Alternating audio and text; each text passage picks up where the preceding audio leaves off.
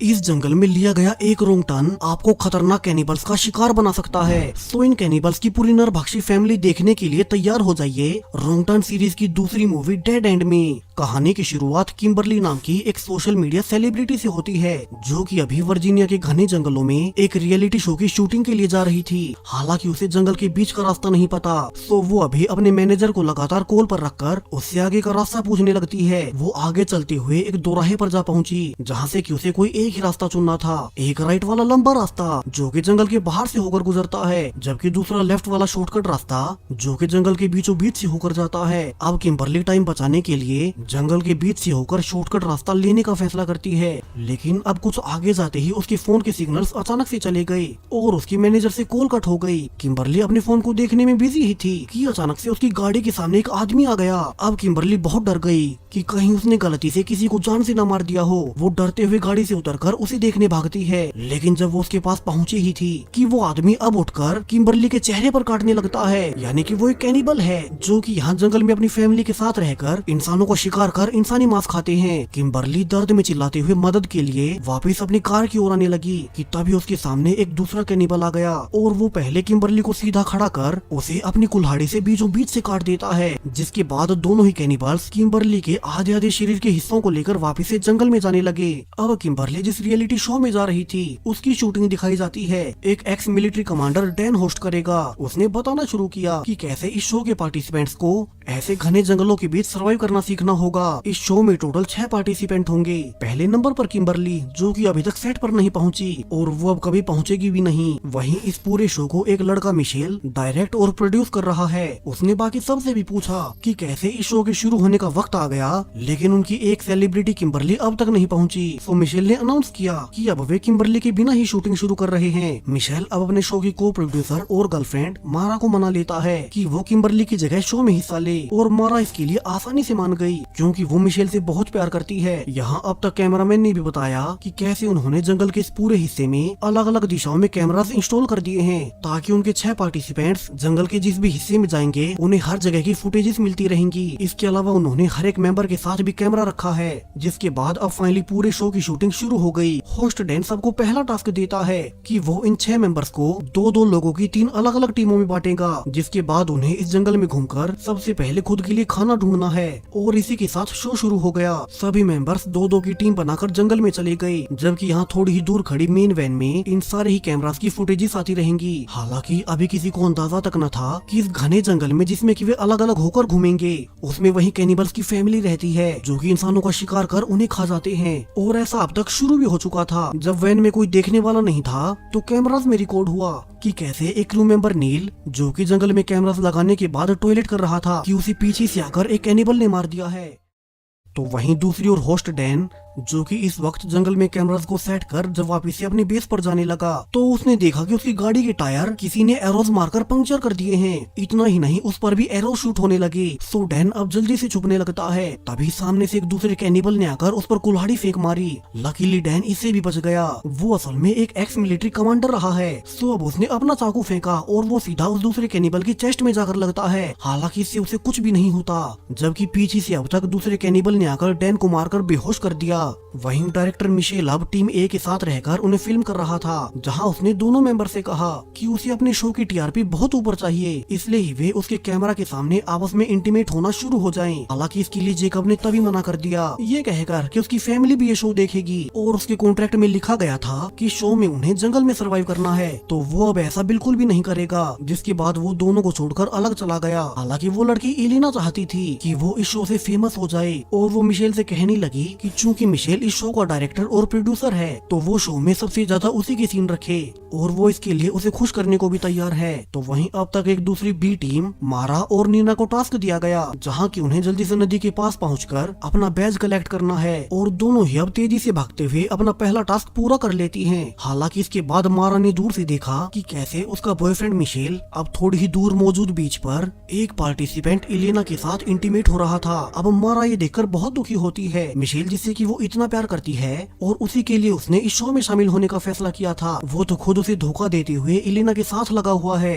तो मारा अब गुस्से में अपने साथी नीना के साथ इस शो को बीच में छोड़कर जाने लगी। हालांकि अभी तो वे जंगल के बीचों बीच मौजूद थे। तो तभी दोनों को जंगल में एक घर दिखाई दिया और वे उसमें फोन ढूंढने जाते हैं ताकि मारा मिशेल को कॉल कर इस शो से हटने के बारे में बता सके। लेकिन अब सरप्राइजिंगली इस घर में उन्हें उस पूरी कैनिबल फैमिली की फोटोज दिखाई दी। उन सब के चेहरे बहुत अजीब थे। जहाँ उनकी फैमिली में 3 मेल्स के साथ 2 औरतें भी हैं। अब मारा और नीना दोनों डरते हुए जब फोटो देख ही रही थी कि उन्हें बाहर से किसी के अंदर आने की आहट हुई और उन्होंने छुप कर देखा कि कैसे 2 वियर्ड सी औरतें अंदर आ रही हैं। उनमें से एक औरत को बच्चा पैदा होने वाला था तो वो जल्दी से टेबल पर लेट गई। मारा और नीना छुपकर सब देखने लगी और जल्द ही वे ये देखकर स्तब्ध रह गई कि उन कैनिबल्स का बच्चा भी उन्हीं की तरह अजीब दिख रहा था।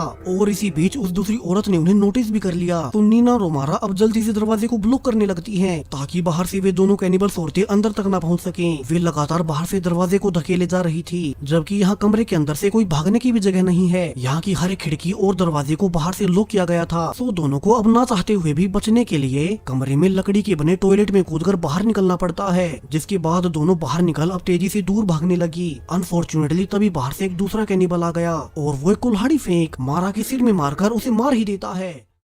वहीं नीना इसे देख और ज्यादा डर गई और वो तेजी से बिना रुके आगे भागती चली गई। जबकि पीछे वो कैनिबल अब मारा की बॉडी को कलेक्ट कर नीना को भी मारने उसके पीछे भागने लगा। उन्हें तो वैसे भी हर एक का शिकार करना है। जहाँ थोड़ी आगे जाने पर नीना अब किसी तरह से एक पत्थर के पीछे छुपकर उस दूसरे कैनिबल का जाने का इंतजार करने लगती है। वहीं अब तक यहाँ वो दूसरा कैनिबल भी अपना ट्रक लेकर और उस पर मारा की बॉडी को बांधकर अपने साथी को लेने आ चुका था। जिस बीच अब वो मारा की उंगली को काटकर और उसे मुंह में चबाकर दूर फेंक देता है। अनफॉर्चुनेटली वो कटी हुई उंगली नीना के ही सामने जाकर गिरी। उसे ये सब देखकर बहुत घिन भी आ रही थी मगर अभी तो वो अपना मुंह पकड़कर बिना आवाज किए ही लेटी रही। जिसके बाद फाइनली दोनों कैनिबल्स अपना ट्रक लेकर निकल ही गए और नीना उनसे दूसरी दिशा में भागने लगती है। तो वहीं दूसरी ओर इन सब से बेखबर आखिरी टीम सी जिसके की 2 मेंबर्स एम्बर और जोश को जंगल में चलते हुए एक बारबेक्यू दिख गया और उन्हें लगा कि शायद से ये वही खाना होगा जिसे कि उन्हें ढूंढने का टास्क दिया गया था। तो अब वे उस बारबेक्यू को उठाकर अपने मेन बेस में ले जाने लगते हैं। तो वहीं बीच पर अब शो का डायरेक्टर मिशेल उस मॉडल इलिना के साथ सब कुछ करके वापस इस शो को देखने अपनी वैन में चला गया और इलिना यहाँ बीच पर अकेली रह गई। हालांकि उसने ध्यान नहीं दिया कि उसे पीछे से छुपकर एक दूसरा कैनिबल देख रहा था और तभी उस कैनिबल की पत्नी आ गई और वो गुस्से में अब बीच पर जाकर इलिना को पकड़कर बार बार उसकी पीठ पर चाकुओं से वार करती है और उसने उसे बहुत बुरी तरह से मार डाला। वहीं दूसरी ओर कमांडर डैन को फाइनली होश आ गया। उसने देखा कि उसे तो उन कैनिबल्स ने अपने अड्डे पर बांध रखा है। उसी के सामने वे पहले वाले कैमरामैन नील को भी पकाने की तैयारी कर रहे थे कि तभी वहाँ पर 2 और कैनिबल्स अपने ट्रक पर अपने नए शिकार मारा को लेकर आ गए। डैन अब तक यहाँ सब समझ चुका था कि कैसे यहाँ इन कैनिबल्स की पूरी फैमिली इस जंगल में आने वाले लोगों का शिकार कर उन्हें खा जाते हैं और अब वे ट्रक वाले दोनों कैनिबल्स बाकी लोगों का शिकार करने वापस चले गए। वहीं यहाँ मौजूद एक कैनिबल को अभी तक नहीं पता था कि डैन एक एक्स मिलिट्री कमांडर रहा है। तो जब वो कैनिबल उसे भी मारने गया तो डैन अब खुद को फ्री कर उस इकलौते कैनिबल से लड़ने लगता है। डैन ने अपनी फाइटिंग स्किल्स का इस्तेमाल कर उस कैनिबल को आसानी से हरा दिया और आखिर में डैन फाइनली उसे गोली मार देता है। तो वहीं दूसरी ओर वैन में मिशेल अपने सारे कैमरास की रिकॉर्डिंग चेक कर रहा था कि तभी उसकी वैन अपने आप चलने लगी। दरअसल ये सब वे 2 कैनिबल्स कर रहे थे जो कि उनकी वैन को उठाकर अपने अड्डे पर ले जा रहे हैं। अब एक कैनिबल अंदर जाकर मिशेल को मारकर बेहोश कर देता है। तो वहीं एम्बर, जोश और जेकब तीनों अपने बेस पर आकर वहीं बारबेक्यू खाने लगे जो कि उन्हें बीच जंगल में मिला था। कि तभी वहाँ कुछ देर बाद नीना भागते हुए आई जो कि अब तक बहुत बुरी हालत में थी। उसने जल्दी से बताना शुरू किया कि कैसे इस जंगल में यहाँ नरभक्षी कैनिबल्स घूम रहे हैं जिन्होंने कि उसके सामने मारा को मार डाला। अब शुरू में जोश और बाकियों को लगा कि नीना शायद से उन्हें शो में हराने के लिए झूठा ड्रामा कर रही है, लेकिन तभी उन्हें उसी मीट पर जो कि वे खा रहे थे उस पर किम्बरली का टैटू दिखाई दिया। यानी कि वे अब तक जिसे कि नॉर्मल मीट समझकर खा रहे थे वो असल में किम्बरली की बॉडी थी। अब इससे तो बाकी सबको भी यकीन हो गया और सभी डरकर अब वैन की ओर भागने लगते हैं ताकि यहाँ से निकल सके। अनफॉर्चुनेटली अब तो वहाँ वैन ही नहीं थी, उसे तो वे कैनिबल्स पहले ही उठा ले गए। तो अब उन्होंने मिलकर फैसला किया कि वे यहाँ पर पास में मौजूद एक पेपर की फैक्ट्री में जाकर छिप जाएंगे जब तक कि उन्हें बाहर निकलने का रास्ता न मिल जाए। तो वहीं डैन अब भागते हुए उसी जंगल वाले घर में जा पहुँचा और यहाँ पर उसे एक बूढ़ा आदमी मिलता है। दरअसल सेम यही बूढ़ा आदमी पहले पार्ट में एक गैस स्टेशन का ओनर था जिसे कि इन कैनिबल्स के बारे में पहले से सब पता था। हालांकि डैन को अभी उसके बारे में कुछ नहीं पता, तो वो उसे भी अपनी तरह विक्टिम समझकर अपने घाव सीने लगता है। जबकि पास में बैठे उस बूढ़े आदमी ने बताना शुरू किया कि कैसे इस जंगल में मौजूद उस पुरानी पेपर फैक्ट्री में कई प्रकार के केमिकल्स इस्तेमाल होते थे, जिन केमिकल्स के संपर्क में आने से यहाँ जंगल में रहने वाली एक पूरी फैमिली पर इसका उल्टा असर हुआ, इसलिए उनके पूरे चेहरे खराब हो गए और फिर वे दिमागी रूप से म्यूटेट होते हुए इंसानों को खाने वाले कैनिबल्स बन गए। अब डैन ने कहा कि कोई बात नहीं और वो डरे ना, वो तो एक कैनिबल को ऑलरेडी मार चुका है। अब ये सुनते ही वो बूढ़ा आदमी उस पर बुरी तरह से टूट पड़ा। उसने रिवील किया कि वे कैनिबल्स असल में कोई और नहीं बल्कि उसी के बच्चे थे और अब डैन ने उसके एक बेटे को मार डाला। हालांकि डैन उसके काबू में नहीं आता और वो उस बूढ़े आदमी को पकड़ उसकी बॉडी में बॉम्ब लगा देता है, जिससे कि वो तभी फट गया और वही मारा गया। वहीं डैन ने भी फैसला कर लिया कि वो यहाँ पर मौजूद सभी कैनिबल्स को मार डालेगा। उसने गन से लेकर बाकी हथियार तक सब इकट्ठा कर लिए। तो वहीं बाकी के बचे 4 मेंबर्स अब जंगल के बीच से भागते हुए उसी पेपर फैक्ट्री को ढूंढ रहे थे कि तभी उनके सामने 2 कैनिबल्स आ गए और वे उन चारों के पीछे लग जाते हैं। अब नीना बाकी सबको धोखा देकर अकेली आगे निकल गई, जबकि बाकी के तीनों मेंबर्स अब एक साथ उन दोनों कैनिबल से लड़ते हुए उन्हें हरा ही देते हैं और वे उनसे दूर भागने लगे। वही नीना जो कि अकेले भाग आई थी, वो भागते हुए गलती से एक गड्ढे में गिर गई, जिससे कि ट्रैप के रूप में उन्हें कैनिबल्स ने खोद रखा था। तो वो जोर से चिल्लाने लगी। वहीं अब बेशक से वो बाकी तीनों को छोड़कर पहले भाग आई हो, मगर फिर भी उसकी चिल्लाने की आवाज सुनकर जेकब उसे देखने आने का फैसला करता है। तब तक उसने एम्बर और जोश को भी कहा कि वे जल्दी से पेपर वाली फैक्ट्री को ढूंढकर उसमें छिप जाए और वो नीना को लेकर वहीं आ जाएगा। जिसके बाद जेकब भागकर फाइनली नीना को उस गड्ढे में ढूंढ ही लेता है। उसने जल्दी से नीना को बाहर तो निकाल लिया, लेकिन इसी बीच उसे खींचने से उसका एक पूरा शोल्डर डिसलोकेट हो गया और तभी उन्हें उन कैनिबल्स के ट्रक के पास आने की आवाज सुनाई दी। तो दोनों तेजी से फिर से उस ट्रक से दूर भागने लगते हैं। वे भागते भागते एक पहाड़ी के किनारे तक पहुंच गए, जिससे कि बहुत नीचे एक नदी बह रही थी। तो वहीं अब तक वे दोनों कैनिबल्स आकर उन पर एरोस चलाने लगते हैं। तो अब बचने का और कोई रास्ता न होने पर जेकब फाइनली नीना को लेकर नदी में कूद गया। तो वही एम्बर और जोश जो कि भागकर जा रहे थे, उनमें से जोश का पैर एक ट्रैक में फंस गया और वो एक पेड़ से लटक गया। वही एम्बर ने जब उसे छुड़ाने की कोशिश भी की तो वो भी दूसरे ट्रैप में फंसकर पेड़ पर लटक गई। तभी नीचे एक कैनिबल अपने छोटे बेटे को शिकार करना सिखाने के लिए उसे एरो चलाने देता है और अब उस छोटे कैनिबल ने एम्बर और जोश दोनों को एक ही एरो में मार डाला। वहीं दूसरी ओर नीना और जेकब फाइनली नदी से निकलकर उस पेपर फैक्ट्री में पहुंच गए। वे अंदर जाकर देखते हैं कि कैसे यहाँ भी लोगों के नरकंकाल पड़े थे। वे समझ गए कि इस जंगल में ये कैनिबल्स बहुत लंबे समय से लोगों का शिकार करते आ रहे हैं। नीना तो इन सब को देखकर और डर गई और वो वापस से बाहर निकलने लगती है। हालांकि जेकब ने उसे रोककर समझाया कि जोश और एम्बर यही आने वाले होंगे, तो वे उनके आने का इंतजार करें, जिसके बाद वे चारों एक साथ मिलकर यहाँ से निकल जाएंगे। उन्होंने और अंदर जाकर देखा कि कैसे यहाँ फैक्ट्री में बहुत सारी अबेंडन गाड़ियाँ पड़ी थी। दरअसल जिन भी लोगों को वे कैनिबल्स मारते, उनकी गाड़ियों को वे इस पेपर की फैक्ट्री में छुपा देते। दोनों को जल्दी यहाँ अपनी भी वैन दिख गई और उन्हें सुनाई दिया कि वैन के अंदर से मिशेल दर्द में चिल्ला रहा है। तो जेकब और नीना जल्दी से उसे छुड़ाने भागते हैं, लेकिन यहाँ तो सिर्फ मिशेल की वीडियो ही चल रही थी, यानी कि ये पूरा एक ट्रैप था। बाहर कैनिबल्स ने आकर फाइनली उन दोनों को भी पकड़ लिया और बेहोश कर दिया। अब थोड़ी देर बाद जब नीना की आंखें खुली तो उन कैनिबल्स ने उसे अपने डाइनिंग टेबल पर बांध रखा था।